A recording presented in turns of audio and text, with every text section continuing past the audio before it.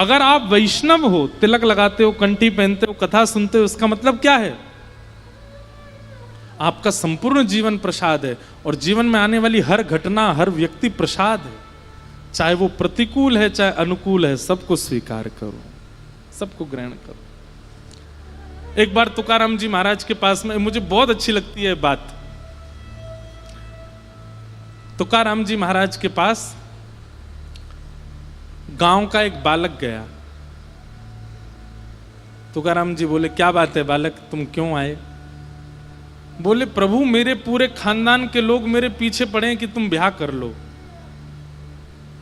मैंने सब लोगों से कहा है कि अगर तुकाराम जी बोलेंगे तो ब्याह करूंगा, क्योंकि मुझे पता है आप कभी हां नहीं बोलोगे। आपकी पत्नी जो करती है आपके साथ, पूरे गांव को पता है। दूध का जला छाछ भी फूंक फूंक के पीता है।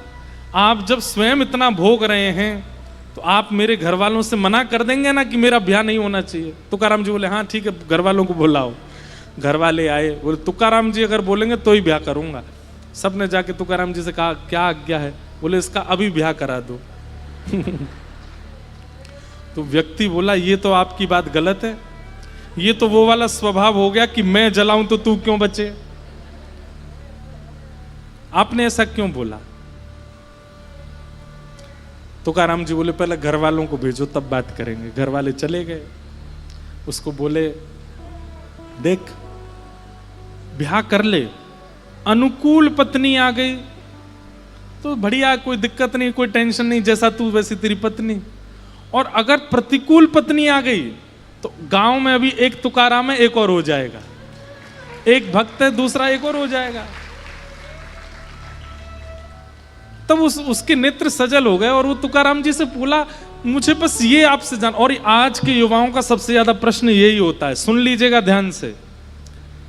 तुकाराम जी से वो बालक जो प्रश्न करता है, वो आज के युवा सबसे ज्यादा यही क्वेश्चन करते हैं कि लाइफ में आने वाली इतनी प्रॉब्लम्स के साथ भी खुश कैसे रहा जाए। वो बालक बोलता है तुकाराम जी से कि आप इतने प्रसन्न कैसे रहते हो, आपकी पत्नी अनुकूल नहीं है। और तुकाराम जी का चरित्र आप देखेंगे तो तुकाराम जी का पहले ब्याह हुआ था और उससे एक बालक भी था। पत्नी और बालक दोनों अकाल के कारण मर गए थे। इतना संकट जीवन में आया। एक पत्नी बालक प्रधार चुकी, दूसरी पत्नी थी जो शासन करती थी। तो उस बालक ने कहा, आपने इतने सारे अपने जीवन में परेशानियां देखी, लेकिन आप इतने प्रसन्न रहते हो। स्वयं छत्रपति शिवाजी महाराज आपके प्रवचन सुनने के लिए आते हैं, आपकी इतनी ख्याति है पूरे विश्व में, लेकिन घर में आपकी बिल्कुल पूछ नहीं है। ये प्रतिकूलताओं में आप प्रसन्न कैसे रहते हो, मुझे इसका राज बता दीजिए। तुकाराम जी बोले, राजवाज तो सब बाद में बताऊंगा, लेकिन मुझे तेरी एक दूसरी बड़ी गंभीर बात पता चली है, पहले वो सुन ले। तो बालक बोला, क्या पता चला आपको? बोले, मुझे ये पता चला कि आज के ठीक 7वें दिन तेरी मृत्यु हो जाएगी। तेरे जीवन के केवल 7 दिन बचे हैं, तेरी मृत्यु हो जाएगी। भैया तेने अब तक जितने भी पाप किए हों सबको सुधार ले।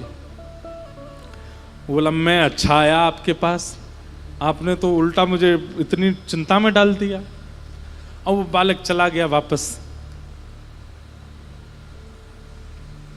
भोजन करता है, सब्जी में नमक नहीं है। पहले बहुत चिल्लाता था माँ पे, नमक अच्छे से नहीं डालती हो, इसमें नींबू नहीं डाला, इसमें शक्कर नहीं डाली, ये वो। अब जो मिल जाता है उसको प्रेम से पा लेता है। पहले उसका बड़ा भाई उससे लड़ता था तो ये उसको मारने के लिए चला, अब बड़ा भाई लड़ता है तो उसको गले लगाता। ठीक है भाई, कोई बात नहीं, तू बोल ले मुझसे, तुझे जो बोलना बोल ले, जीवन के 6 दिन बचे हैं बस मेरे पास। रिश्तेदार नातेदार जिनसे इसको ईर्ष्या होती थी, वे भी लोग घर आते थे तो ये बाहर जाके मिलता था, सबके पैर छूता था। बुआ जी बहुत दिन में आई हो, आती रहना, हाँ 5 ही दिन बचे मेरे पास तो। पिताजी का ध्यान रखना, माँ का ध्यान रखना, सब ठीक से संभाल लेना आप। बुआ के बच्चे जो इसको एक आंख नहीं सुहाते थे, सबको गले लगाया, भाई मैंने तुझे बहुत ईर्ष्या की, तू मेरा सबसे प्यारा भाई है, तुझे हृदय से लगा लूं, बहुत खुश रहना, अच्छे से पढ़ाई करना, तेरा ब्याह शादी सब अच्छा हो जाए। उसने 6 दिन में ऐसा जीवन यापन किया अपना 7वां दिन था, सुबह सुबह ब्रह्म मुहूर्त में नहा धो करके, नींद तो आती नहीं थी उसको, तो ब्रह्म मुहूर्त में ही उठ जाता था। उठ करके स्नान ध्यान करके तिलक करके बिल्कुल शुद्ध पवित्र हृदय से, दीनता मुखमंडल पर दिख रही है, तुकाराम जी के पास पहुंच गया। बोले भगवान आपने कहा था 7 दिन में प्राण चले जाएंगे, आज 7वां दिन है, अब क्या करूं? तुकाराम जी बोले मेरे को तेरे बारे में पता है कि तू अपनी माँ से बहुत लड़ता था, वो भोजन में नमक ज्यादा कम कर देती है। अभी 7 दिनों में नमक कैसा था? बोला मुझे नहीं पता, मुझे जैसा मिला मैंने पा लिया। अच्छा तू तेरे बुआ के बच्चों से बहुत चिढ़ता है, तेरी परसों बुआ आई थी, बच्चे कैसे लगे? बोले कुछ नहीं, मैंने हृदय से लगाया, मुझे किसी में दोष नहीं देखा, सब अच्छे लग रहे थे। तू अपने बड़े भाई से बहुत लड़ता झगड़ता, रोज तुम्हारी लड़ाई के झगड़े के बातें पूरे गांव में होती हैं। आजकल 7 दिन में बड़ी शांति थी, लड़ाई नहीं हुई। बोले वो लड़ने आता था पर मैं उससे चरण छू के उससे क्षमा मांग लेता था।